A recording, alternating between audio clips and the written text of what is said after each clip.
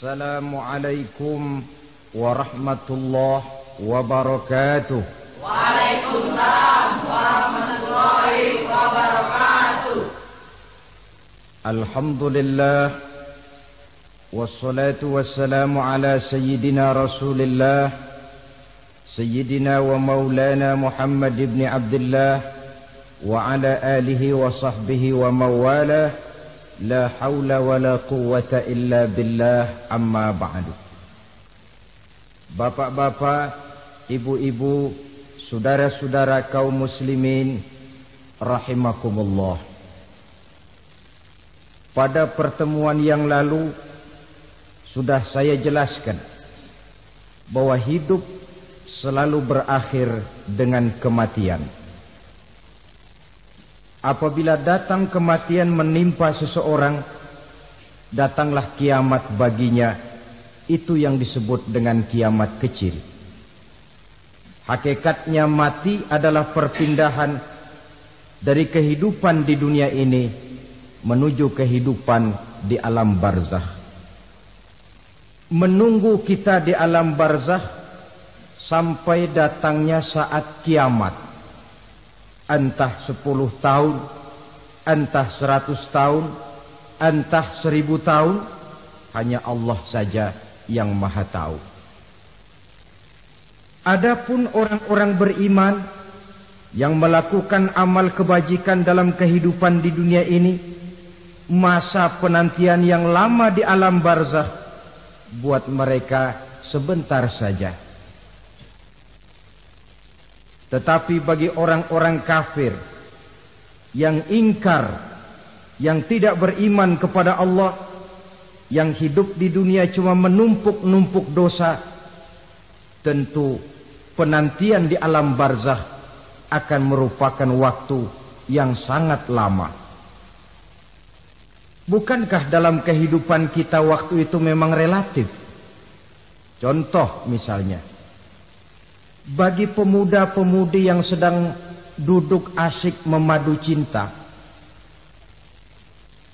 waktu 4-5 jam saja rasanya cuma 4-5 menit. Tenggelam oleh keasyikan. Tapi buat orang yang berbaring di rumah sakit, meratap di balik-balik apa itu tembok derita kata lagu, di balik dinding-dinding penjara, sehari bagai seminggu, seminggu rasa sebulan, sebulan boleh jadi rasa setahun. Penantian yang sangat lama.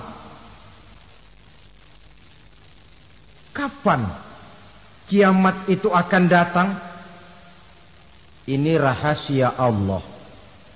Jangankan kita yang orang awam, baginda Nabi sendiri tidak diberitahu oleh Allah kapan kiamat itu akan terjadi.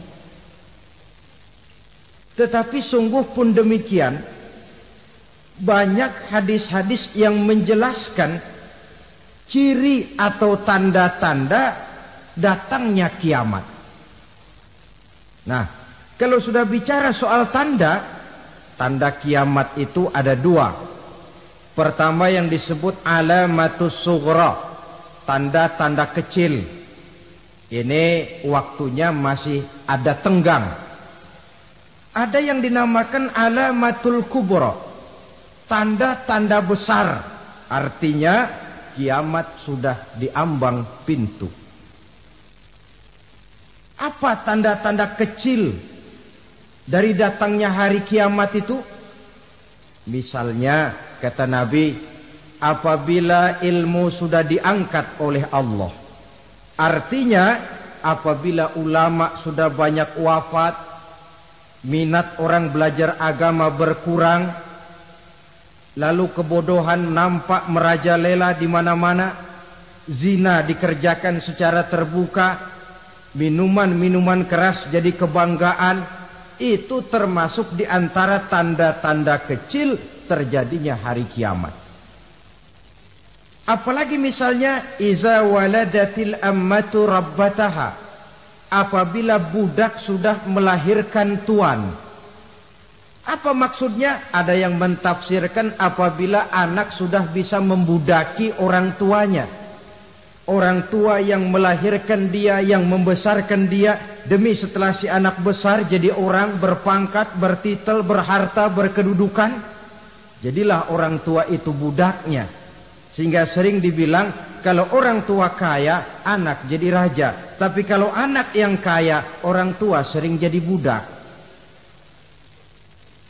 Apalagi munculnya fitnah yang bergelombang, timbul perang antara dua bangsa yang besar, waktu berjalan terasa sangat pendek sekali. Itu merupakan tanda di antara tanda-tanda kiamat. Termasuk di dalamnya sulit membedakan mana laki, mana perempuan. Kan kalau tanda-tanda kayak begini sekarang sudah banyak kita lihat kan. Ulama banyak wafat, penggantinya sulit. Zina dikerjakan berterang-terangan, minuman keras jadi kebanggaan. Banyak anak membudaki orang tuanya, sulit membedakan mana laki, mana perempuan. Kadang-kadang dari belakang kita lihat perempuan bener, begitu kita colek nengok jenggotan.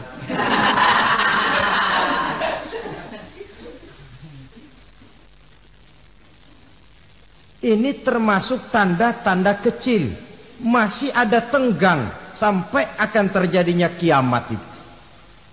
Nah, yang dimaksud dengan tanda-tanda besar, ini tanda besar artinya kiamat sudah di ambang pintu.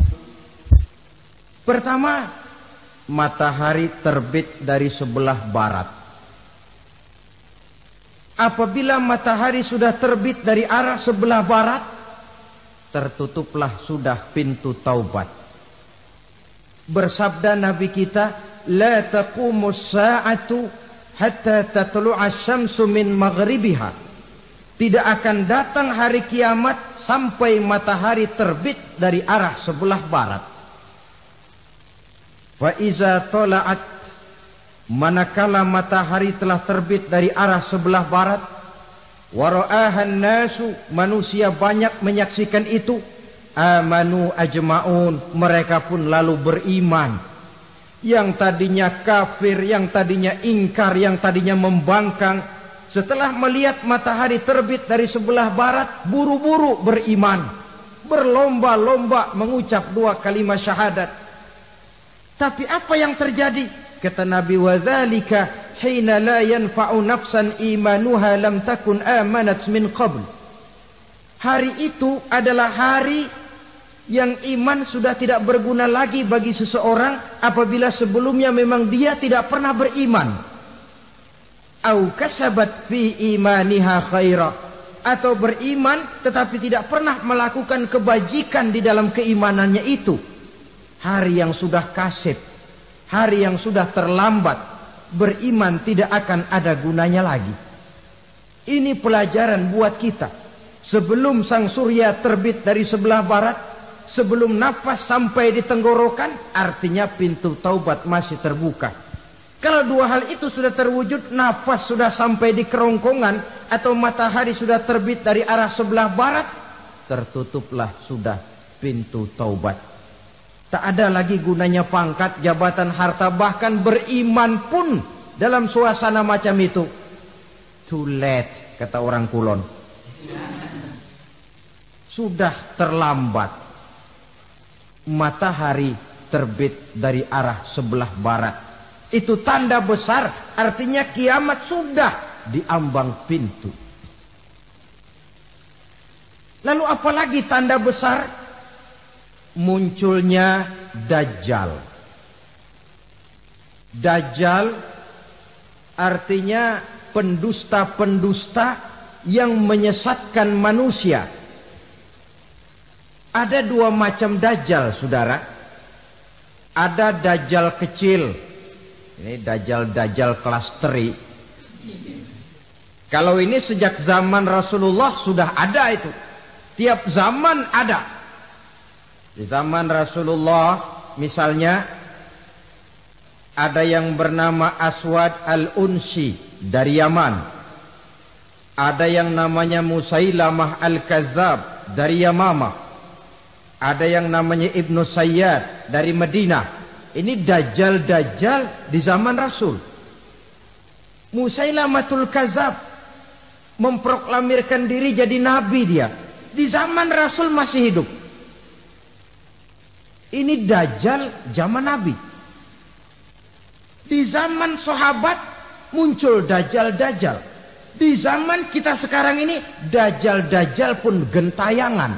Dajjal-dajjal kelas teri. Kerjanya mendustakan manusia, menyesatkan manusia, memalingkan manusia dari jalan yang benar dan diridhoi oleh Allah Subhanahu wa taala. Adapun yang merupakan tanda besar dari datangnya kiamat, dajjal-dajjal kelas kakap. Pembohong-pembohong besar yang menyesatkan masyarakat manusia berpaling dari jalan Allah mengikuti jalan mereka. Apa sih ciri dajjal itu? Kata Nabi dalam hadis Bukhari Muslim, "Innad dajjala", sesungguhnya yang namanya dajjal itu yakhruju, satu saat akan muncul mendekati hari kiamat. Wa inna ma'ahu ma'an, si dajjal ini membawa air. Wa naran, dan juga membawa api. Dua simbol. Di tangan yang satu dia bawa air, di tangan yang satu dia bawa api. Wa ammal ladzi yarahu an-nasu ma'an fanarun. Adapun yang orang banyak lihat air, hakikatnya adalah api. Yang dilihat api, hakikatnya adalah air. Oleh sebab itu, kalau api yang ditawarkan, ambillah air. Kalau air yang ditawarkan, pilihlah api. Maksudnya apa ini? Ini bahasa simbol, saudara-saudara. Dajjal bicaranya seolah-olah untuk kepentingan manusia. Menawarkan surga. Surga yang dia tawarkan hakikatnya neraka. Hai manusia, kalau kau mau bahagia, jangan dekat-dekat dengan agama.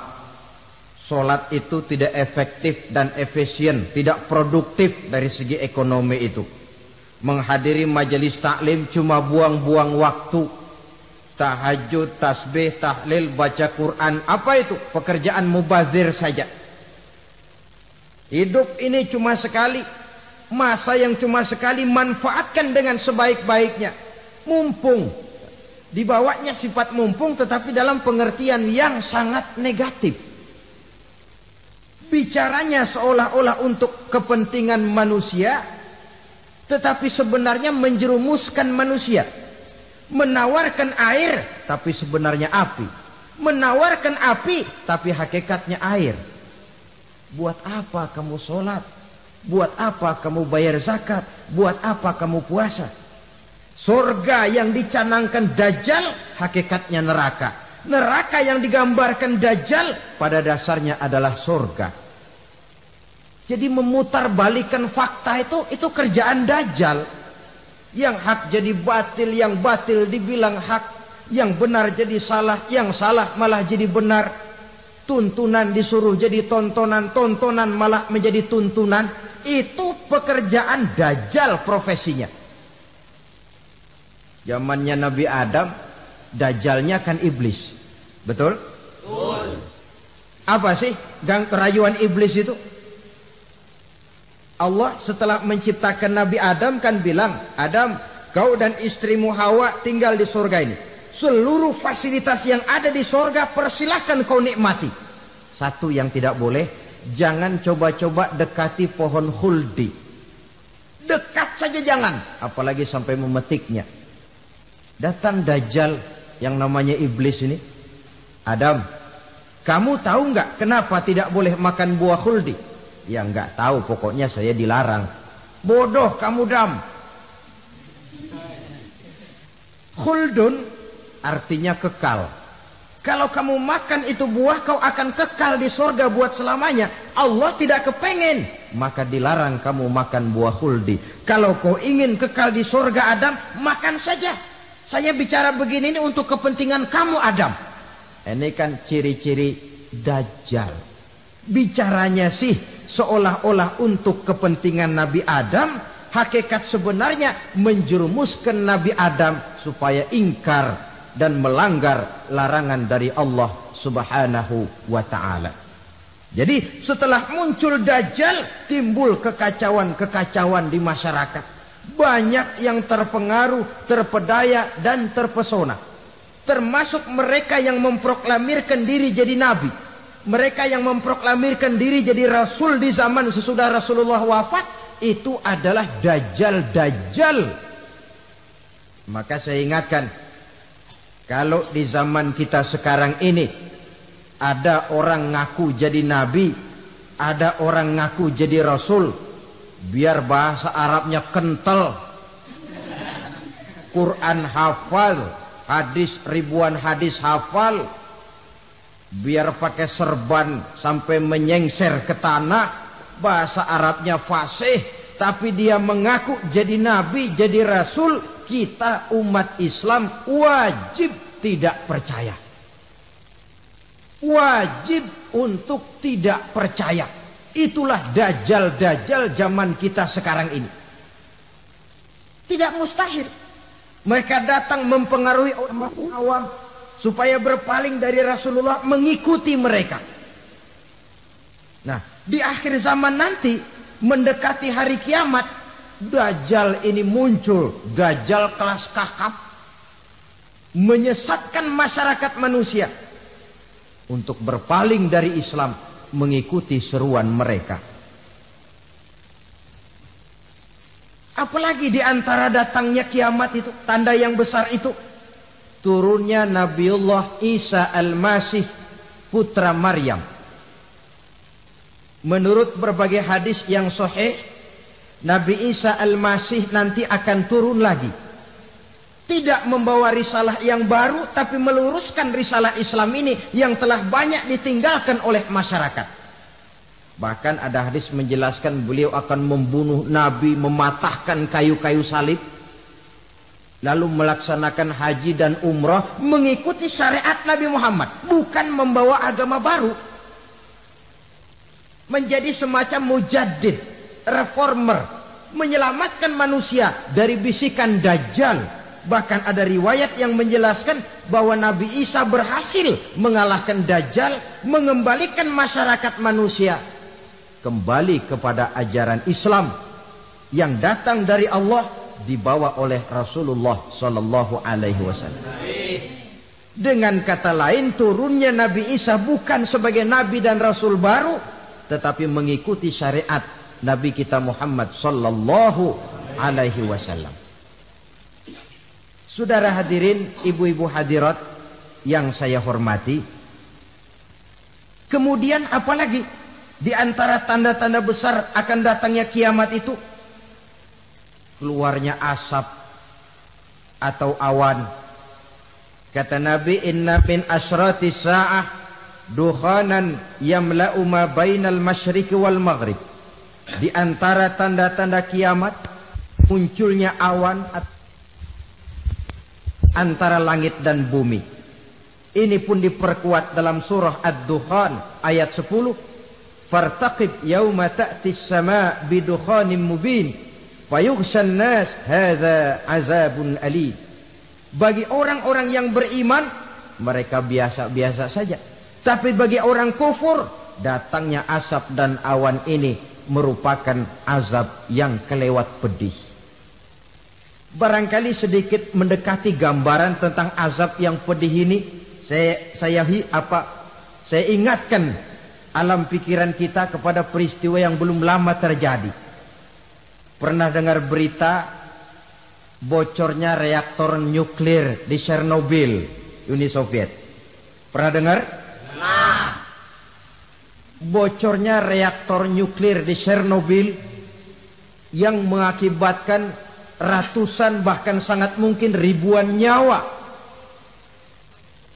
Cuma satu reaktor. Bagaimana kalau seluruh cadangan nuklir yang dimiliki oleh para negara adikuasa ini diledakkan? Bahkan yang konon menurut catatan cadangan nuklir yang dimiliki bersama oleh Amerika dan Rusia sekarang ini sudah sanggup memusnahkan 6 miliar manusia. 1,5 kali lebih banyak dari jumlah manusia yang nongkrong di permukaan bumi ini. Saudara-saudara hadirin yang saya hormati, lalu saat mendekati hari kiamat, apalagi tandanya? Setelah Nabi Isa wafat, pada saat turunnya yang kedua kali, lalu Allah meniupkan angin sejuk. Semua orang-orang beriman, orang-orang baik wafat. Sehingga penghuni bumi ini cuma tinggal lagi terdiri dari orang-orang kafir. Tidak ada lagi di bumi ini yang bisa mengucapkan Allah. Sehingga dalam hadis qudsi itu ada keterangan, innallaha azza wa jalla yaqulu li Israfil. Allah pernah pesan kepada malaikat Israfil. Kata Allah, Israfil, idza sami'ta qailan yaqul Allah Allah fa akhirin nafakh 40 sanatan ikraman liqailiha. Hai Israfil, apabila kau dengar di permukaan bumi masih banyak orang yang mengucapkan Allah Allah, maka tunda sangkakala kiamat itu 40 tahun. Untuk apa? Ikraman liqailiha, menghormati orang yang mengucapkan Allah Allah itu. Wah, jadi karena sekarang masih banyak yang mengucapkan Allah, besar hatilah kita, masih jauh kiamat itu. Tapi jangan lupa, kiamat pribadi, kiamat kecil itu yang gak kita sangka-sangka. Ajal datang mencabut nyawa, itu kiamat pribadi. Dan itu yang pasti kita hadapi. Dan itu yang membuat kita tidak boleh bersikap main-main di dalam kehidupan sekarang ini. Saudara hadirin yang saya hormati, tidak ada lagi orang-orang muslim. Seluruh penduduk dunia ini kafir. Lalu terciptalah struktur sosial yang berlandaskan prinsip hidup semau gue. Bakal terjadilah prinsip di mana yang kaya menyantap yang miskin, yang kuat menindas yang lemah. Hidup sudah bagaikan di rimba belantara. Berlaku hukum rimba. Siapa yang kuat dia yang menang. Siapa yang lemah menjadi mangsa. Timbul kekacauan. Maksiat merajalela. Munkarat menjadi-jadi. Sehingga isi bumi ini penuh dengan segala macam perbuatan dosa. Tidak ada perlunya lagi alam diperpanjang temponya. Datang saat yang sudah dijanjikan oleh Allah Azza wa Jalla, maka terjadilah yang disebut kiamat kubra, kiamat besar, kiamat ancur-ancuran. Bagaimana kejadian ini dimulai? Dalam surah Az-Zumar ayat 68, Allah Subhanahu wa taala berfirman, wa nufikha fis suri fasa'iqa man fis samawati wa man fil ardi illa man sya'allahu. Maka manakala ditiuplah sangkakala, terkejutlah seluruh yang ada di langit dan seluruh yang ada di bumi. Bila saat kiamat datang, Allah perintah malaikat Israfil, Israfil, tiup sangkakalamu. Ditiuplah sangkakala oleh malaikat Israfil. Yang akibat daripada tiupan itu, seluruh yang ada di langit, seluruh yang ada di permukaan bumi terkejut. Yang ada di langit siapa? Malaikat kan. Bayangin aja kalau malaikat kaget, apalagi kita. Terkejut seluruh makhluk yang ada di bumi, yang ada di langit mendengar suara sangkakala itu. Bunyinya tidak sanggup kita bayangkan dahsyatnya. Ledakan nuklir, ledakan neutron, belum apa-apa ketimbang bunyi sangkakala malaikat Israfil ini. Nah, lalu mendengar bunyi sangkakala ini, Gemparlah makhluk, kacaulah alam. Bumi gempa, planet-planet bertabrakan, gunung meletus, air laut tumpah ke darat, angin topan bertiup, halilintar menyambar. Lalu semua yang bernama hidup mati total. Mati bareng tanpa persiapan. La haula wala quwata illa billah. Saya kadang-kadang dalam tafakur bermohon, ya Allah, mudah-mudahan saya enggak nemuin kiamat beneran. Ngeri. Tidak bisa kita bayangkan macam apa suasana seperti itu.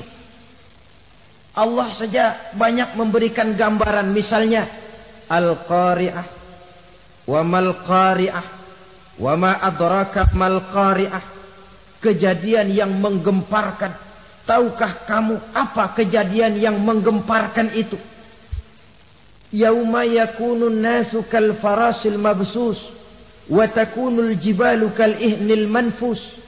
Pada saat itu manusia berterbangan bagai kupu-kupu. Gunung berterbangan seperti kapas ditiup angin. Gunung saja macam kapas, konon lagi manusia. Kematian total, mulai semut sampai gajah mati, jin mati, iblis mati, malaikat mati. Malaikat saja mati. Saudara hadirin yang saya hormati, kematian total yang tanpa persiapan. Orang bilang, Pak, kalau mati bareng begitu yang repot malaikat maut dong ya. Cabut sana, cabut sini. Itu kalau menurut logika kita, mestinya begitu menurut logika. Tapi logika juga yang nggak perlu serepot itu. Sebab untuk mematikan listrik di wilayah DKI, di wilayah Jakarta, nggak perlu tiap rumah didatengin, matiin, ya lama. Cukup dari kantor pusatnya saja PLN tekan satu tombol, gelaplah seluruh Jakarta. Saudara hadirin yang saya hormati, kematian total.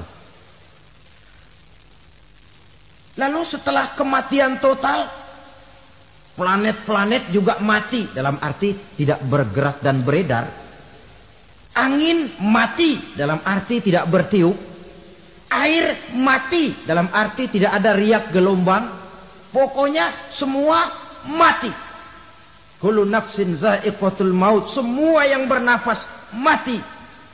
Dalam ayat lain, kullu man 'alaiha fan. Semua yang ada di permukaan bumi fana. Yang kekal cuma Allah Subhanahu wa ta'ala. Yang paling belakang mati malaikat maut dan malaikat Israfil. Tapi mati juga sesuai dengan janji Allah. 40 lamanya. Tidak dijelaskan oleh Abi Hurairah 40 jam, apa 40 hari, apa 40 tahun. Hadis-hadis cuma menyebutkan 40 saja. Sunyi alam. Yang tinggal cuma Allah saja lagi. Ketika itu Allah berseru-seru, katanya, limanil mulkul yauma. Siapa para penguasa hari ini?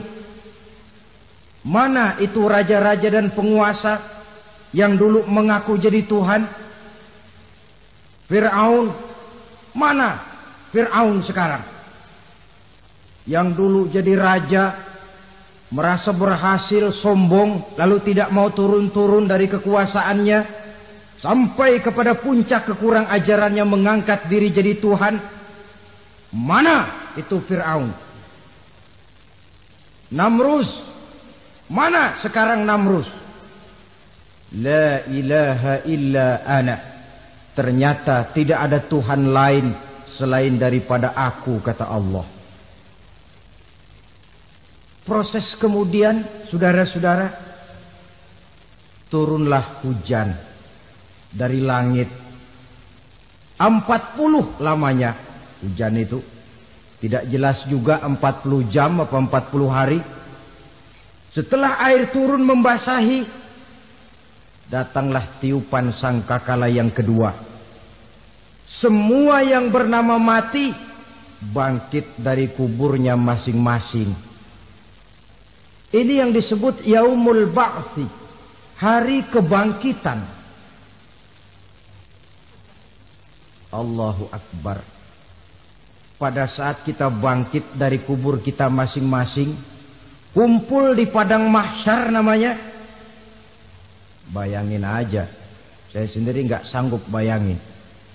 Manusia sejak zaman Adam sampai zaman kiamat kumpul bareng di tempat sama. Berapa banyaknya itu?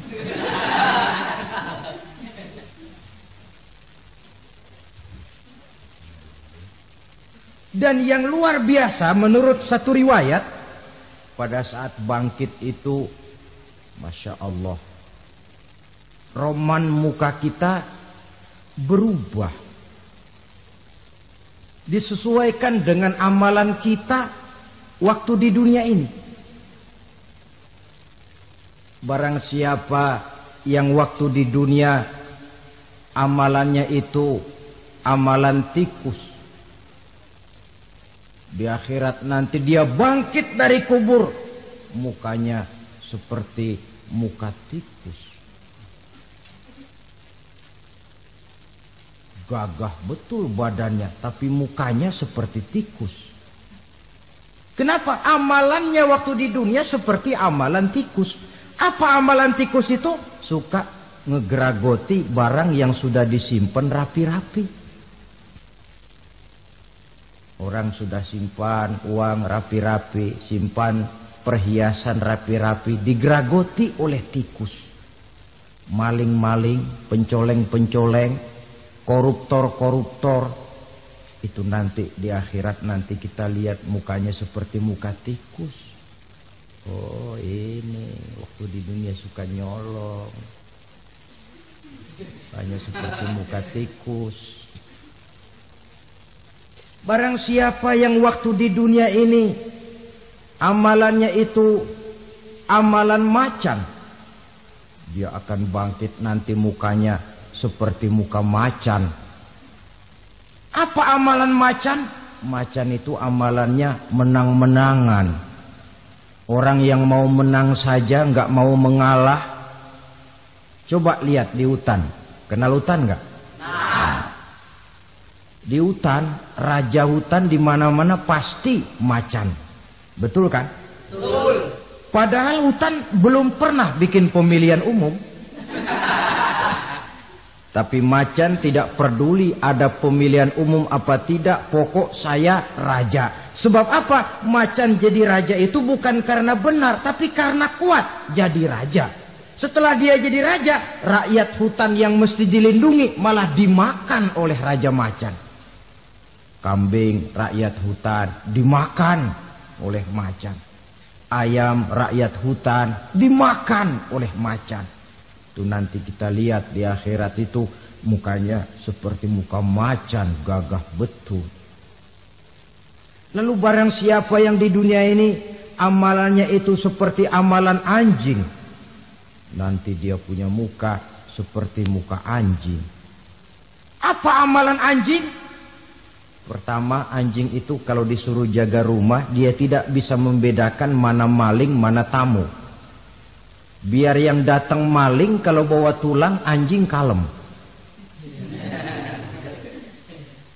Yang kedua, anjing itu akan setia kepada siapa saja yang memberinya roti. Siapa yang memberinya roti, itulah majikannya. Apa kata majikannya pasti dia laksanakan. Soal benar atau salah dia tidak peduli. Setelah anjing dapat roti, dia tidak punya pilihan lain kecuali bilang, abdi mah kumaha juragan wae ayeuna mah.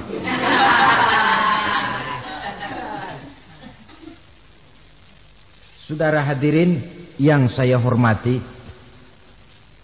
berkumpul di padang mahsyar, tiap orang sibuk dengan persoalannya masing-masing.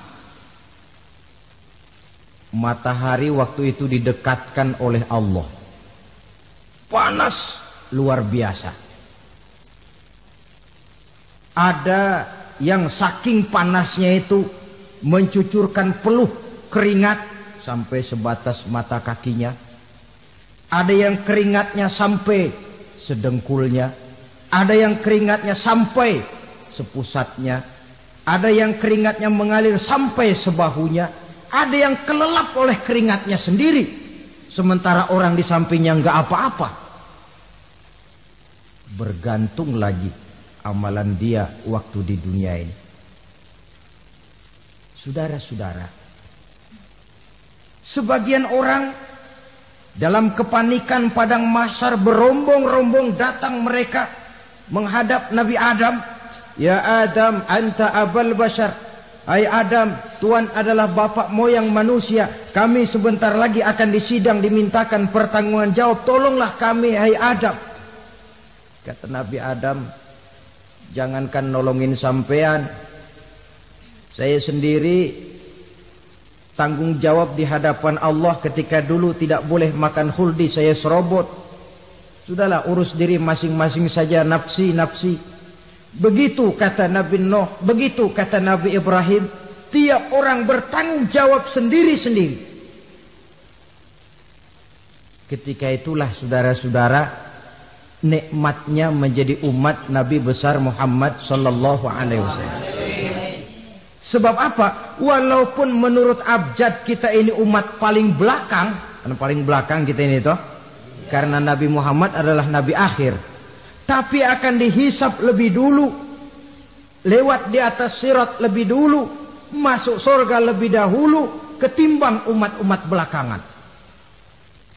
Ketika Rasul mendekati ajal, beliau tanyakan itu kepada malaikat Jibril.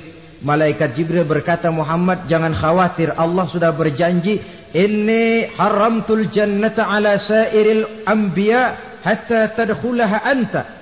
Wa haramtuha ala sairil umami hatta tadkhulaha ummatuka. Surga aku haramkan buat seluruh nabi kecuali kalau engkau Muhammad sudah masuk ke dalamnya. Dan surga aku haramkan buat seluruh umat kecuali kalau umatmu Muhammad sudah masuk ke dalamnya. Logikanya, walaupun menurut abjad kita umat paling belakang, bakal dihisab paling dulu, lewat di atas sirat paling dulu, masuk surga paling dulu. Kalau mampir ke neraka juga paling dulu. Ya resiko. Jangan mau enaknya aja paling dulu. Saudara hadirin yang saya hormati, setelah masa kebangkitan itu jangan dikira begitu bangkit langsung diperiksa. Masih menunggu menanti ribuan tahun perhitungan padang mahsyar untuk sampai kepada proses yang disebut yaumul hisab, hari perhitungan. Seorang demi seorang bakal dipanggil. Bayangkan saja, kita se-RT saja di absen, kadang-kadang perlu waktu lama. Ini manusia sejak zaman Nabi Adam sampai datang hari kiamat, satu demi satu disidang di hadapan Qadhi Rabbul Jalil. Status sosial copot sudah waktu itu. Yang pernah jadi hartawan di situ tidak lagi kelihatan kehartawanannya. Yang pernah jadi jenderal tidak lagi dipanggil jenderalnya. Yang ustadz tidak lagi dipanggil al-mukarramnya. Seluruh status sosial selesai. Dipanggillah kita seorang demi seorang menghadap Qadhi Rabbul Jalil. Bagaimana proses penghisaban itu? Pertama proses tanya jawab. Di antaranya ada hadis menyatakan, lan tazula qadama 'abdin yaumal qiyamah hatta yus'ala an arba'i khisalin. Besok di hari kiamat tidak akan bergeser telapak kaki seorang hamba sampai dia ditanya lebih dulu tentang 4 persoalan. Tentang ilmunya, kemana ilmu itu diamalkan, tentang umurnya, di mana umur itu dihabiskan, tentang masa mudanya, Kemana masa muda itu dipakai? Tentang hartanya. Dari mana harta itu didapat dan kemana harta itu dibelanjakan. Ini termasuk proses tanya jawab. Jadi kalau istilah pengadilan dunia, nama Fulan bin Fulan. Kamu waktu di dunia diberikan umur panjang untuk apa? Pernah mengalami masa muda, kemana kau habiskan masa remajamu? Kau diamanahkan ilmu, dengan apa ilmumu kau amalkan? Kau diberikan harta, dari mana harta kau dapat, kemana kau belanjakan? Tak seorang pun yang bisa mungkir. Sebab apa? Dikala itu yang menjadi saksi bukan orang. Yang menjadi saksi adalah seluruh anggota badan kita. Tangan bicara, kaki jadi saksi terhadap seluruh amalan yang pernah kita kerjakan pada saat kehidupan di alam dunia ini. Selesai proses tanya jawab, lalu diperlihatkan buku catatan kita waktu hidup di dunia ini. Jangan lupa Allah itu menyiapkan 2 superkomputer kepada kita. Sebelah ditempelin sebelah kanan, yang sebelah tempelin di sebelah kiri. Komputer itu namanya Raqib dan Atid. 2 malaikat yang apabila baik kita lakukan, refleks saja akan menulis kebajikan kita. Jahat kita kerjakan, akan tertulis. Catatan itu nanti diperlihatkan kepada kita. Waduh, alangkah malunya pada saat diperlihatkan catatan kita, buku rapot kita merah melulu. Barangkali diperiksa sambil diomelin, brengsek lo. Buku merah melulu begini bagaimana waktu hidup di dunia? Tidak cukup diperlihatkan buku catatan kehidupan, rekaman kehidupan. Rekaman kehidupan kita secara utuh sejak terlahir sampai ajal datang merenggut nyawa. Barangkali mirip dengan video sekarang ini, di mana terekam dengan baik seluruh kegiatan kita sejak yang sekecil-kecilnya sampai kepada yang sebesar-besarnya. Untuk kemudian kita pun menerima balasan. In khairan fa khairun wa in syarran fa syarrun. Kalau baik ya baik balasannya, kalau jahat ya jahat juga balasannya. Catatan-catatan kita diberikan. Kalau banyak kebajikannya diberikan di tangan kanan dengan cara yang halus. Kalau banyak kejahatannya diberikan dari sebelah kiri atau dilempar dari belakang. Itulah sebabnya sejak di dunia ini kita sudah mohon kepada Allah.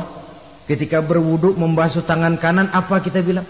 Allahumma a'tini kitabi biyamini wa hasibni hisaban yasira. Ya Allah, berikan saya kitab di tangan kanan, dan kalau saya memang perlu dihisap, hisaplah saya yang seringan-ringannya.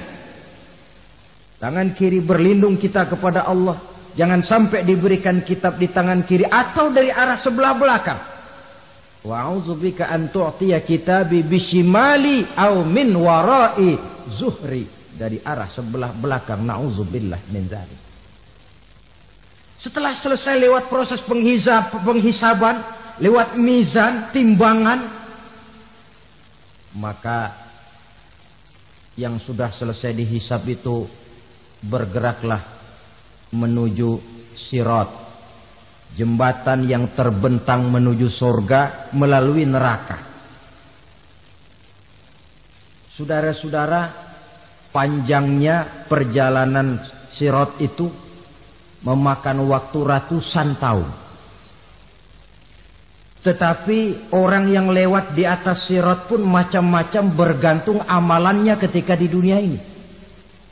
Ada yang lewat di atas sirat itu kalbarkil khatib, seperti kilat yang menyambar, lep, sudah sampai dia di surga. Cepat bukan main.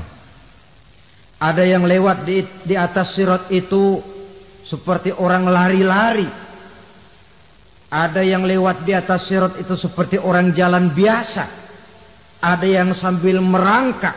ada yang sambil ngesor, ada yang sambil gelayutan, ada yang selamat sampai ke ujung ke surga, ada yang tergelincir jatuh masuk ke dalam neraka, bergantung amalannya dalam kehidupan di dunia sekarang ini. Tiap kita akan melewati yang namanya sirat ini. Saudara-saudara kaum muslimin yang saya hormati, dengan demikian mereka yang selamat melalui sirat sampai ke terminal akhir surga, mereka yang ketika dihisab ternyata banyak kejahatannya daripada kebaikannya, mereka singgah di dalam neraka. Nah, adapun orang-orang yang beriman menurut ayat Quran dan hadis Nabi itu nanti ada bermacam-macam. Ada orang beriman itu yang dimasukkan surga. Ada orang beriman itu yang dimasukkan ke dalam surga. Ada orang beriman itu yang disebut penduduk surga. Kenapa lain-lain, Pak? Karena waktu di dunia amalannya juga lain-lain. Ada orang beriman yang masuk surga. Ini paling murah tiketnya. Mau masuk surga? Kata Nabi begini, ma min abdin qala la ilaha illallah thumma mata ala dhalik illa dakhalal jannah. Kalau seorang hamba sudah mengucap dua kalimat syahadat, dia yakin dengan kebenaran kalimat itu sampai matinya, orang itu akan masuk surga. Abi Dzar yang waktu itu diajak bicara heran, ya Rasul kok gampang betul? Iya. Walaupun orang itu mencuri, iya. Walaupun orang itu berzina, iya. Biar dia mencuri, biar dia berzina, kalau dia sudah mengucap dua kalimat syahadat, dia yakin dengan kebenaran kalimat itu sampai matinya, itu orang akan masuk surga. Jadi masuk surga cukup dua kalimat syahadat, yakin sampai mati, masuk surga. Itu perkara masuk. Tapi kalau pertanyaannya diterusin, masuknya kapan, Pak? Nah, ini lain lagi urusannya. Sebab ada yang masuknya itu langsung, ada yang mampir dulu. Di sana tempat cuma dua, kalau tidak surga, neraka. Mau ke surga tapi mampir dulu, yang mampirnya jelas di neraka. Kenapa? Dalam hadis qudsi ada riwayat, nanti itu di akhirat, setelah Allah selesai mengatur penduduk surga masuk surga, yang neraka masuk neraka, Allah berkata kepada malaikat Malik, malaikat Malik, labaik ya Allah. Itu bajingan-bajingan tengik, manusia-manusia durjana yang waktu di dunia tidak mau sujud, jauh dari ulama, gemar melakukan yang munkarat dan maksiat, hidup di tengah masyarakat selalu jadi bibit keonaran, kufur, sudah masuk neraka semua. Sudah ya Allah. Nah, kalau sudah, coba sekarang kamu masuk, Malik. Saya, iya, masuk neraka. Mau apa ya Allah? Kata Allah, akhriju minan nar man kana fi qalbihi misqala habbatin min khardalin min iman. Kau masuk neraka, cari di dalam neraka orang-orang yang ada imannya walaupun kecil sebesar biji zarah, angkat mereka keluar. Masuk malaikat Malik ke neraka, cari orang yang ada imannya, korek-korek. Ya repot, udah pada gosong. Yang ada imannya diangkat ke atas, yang ada imannya diangkat ke atas, lalu dimandikan di Nahrul Hayat, namanya sungai kehidupan di akhirat nanti. Cakep lagi rupanya, bersih lagi wajahnya, apel di hadapan Allah. Kata Allah, bagaimana mas? Kapok enggak sampean? Kapok ya Allah. Nah, kalau kapok, idhab fadkhulil jannah, pergi masuk surga sana.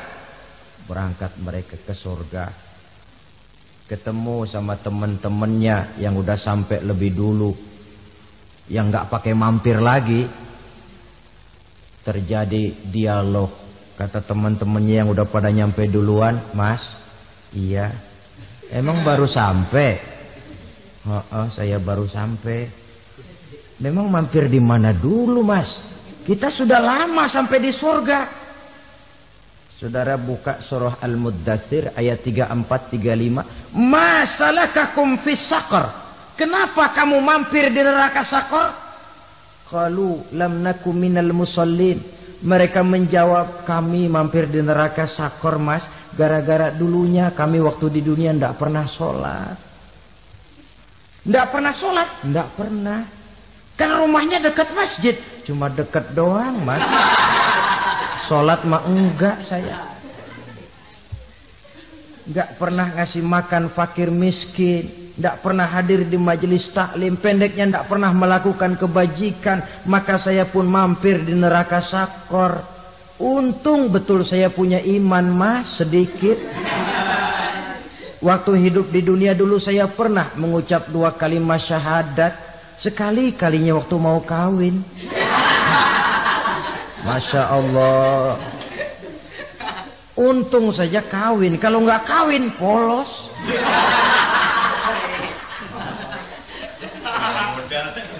Itu juga pengulu sudah setengah mati ngajarin. Asyhadu alla, asyaduaan, asyaduaan.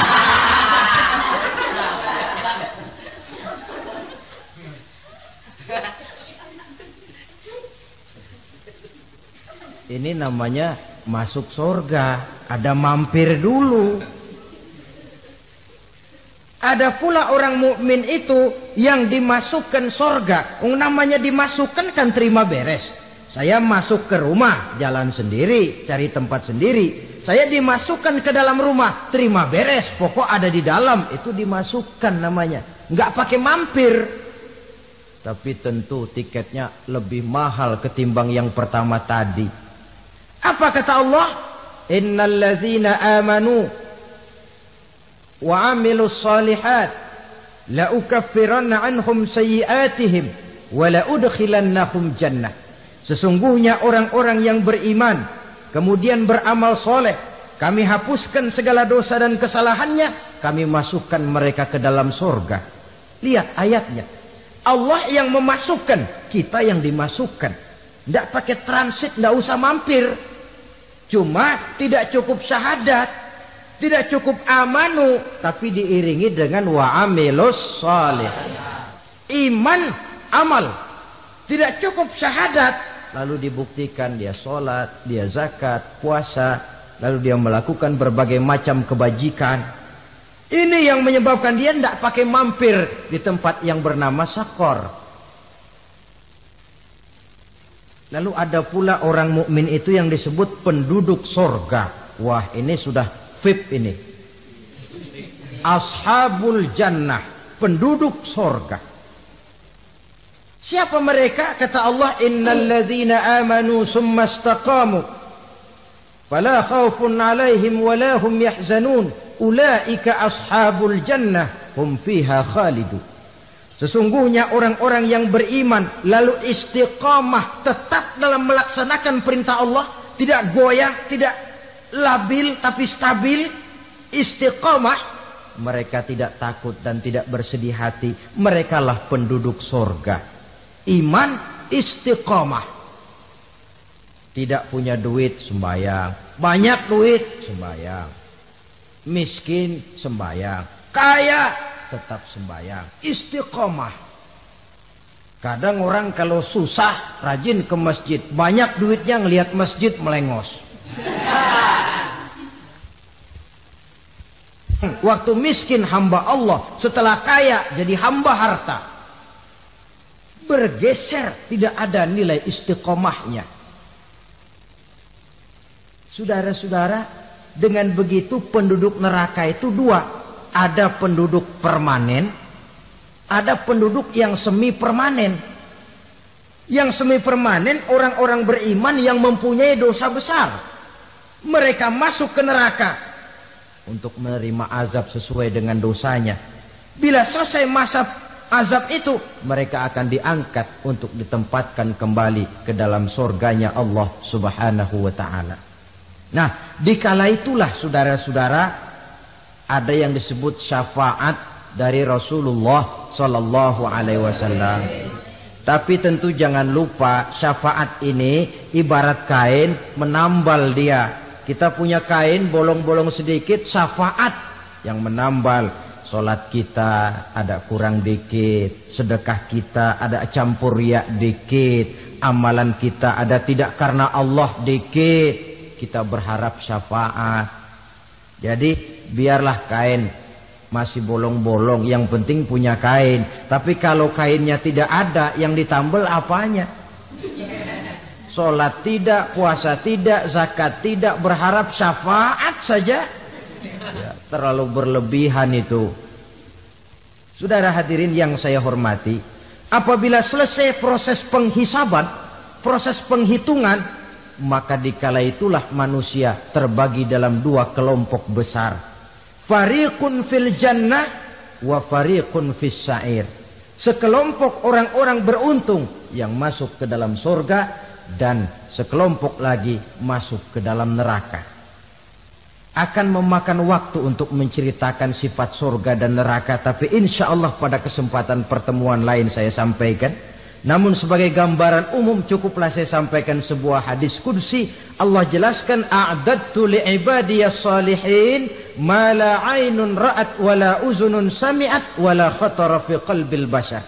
Aku sediakan buat hamba-hambaku yang soleh, yang tidak pernah terlihat oleh mata, tidak pernah terdengar oleh telinga, dan belum pernah terdetik dalam hati manusia.